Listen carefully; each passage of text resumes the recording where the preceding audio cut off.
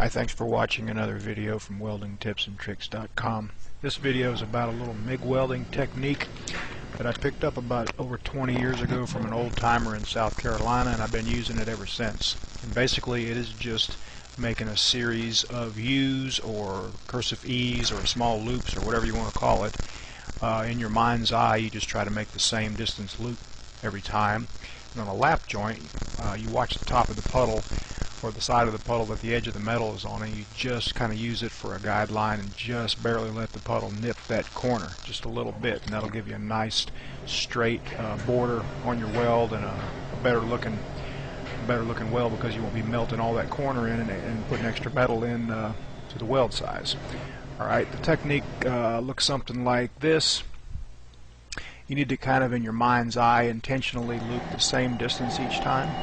Alright, that was left to right. I'm just going to, that was kind of pulling the puddle. This is going to be kind of pushing it a little bit. You can't see the puddle very well, but I just wanted to show you that there's not a lot of difference in the final result. Pushing, pulling, as long as you don't get carried away with the gun angle, and as long as your stick out's good and your heat's good, you can make either one work.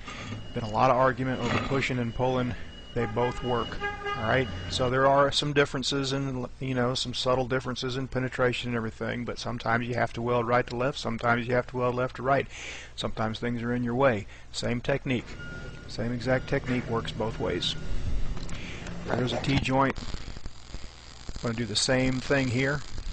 Now you'll notice here the stick out's a little long. That's because I was trying to weld around the camera and I couldn't really see it that well. But you'll see when the lens is lifted, it's a pretty good result anyway. So it's pretty forgiving if you have everything else set up right. See, that looks familiar? Same technique. Just barely loop back into the puddle. Works on multi-pass welds just as well as single-pass welds. Anything horizontal, overhead, flat.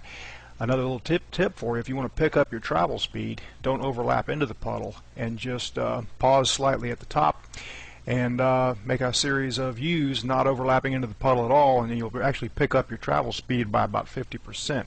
This particular part, sometimes I do about 20 of them, and they're about 1-inch steel welded a 1/4-inch tubing, 18 inches long by about 4 inches, and I got to weld them all the way around, and I'm looking for any way to get done I can. So that's a good tip for you. Thanks for watching. WeldingTipsandTricks.com.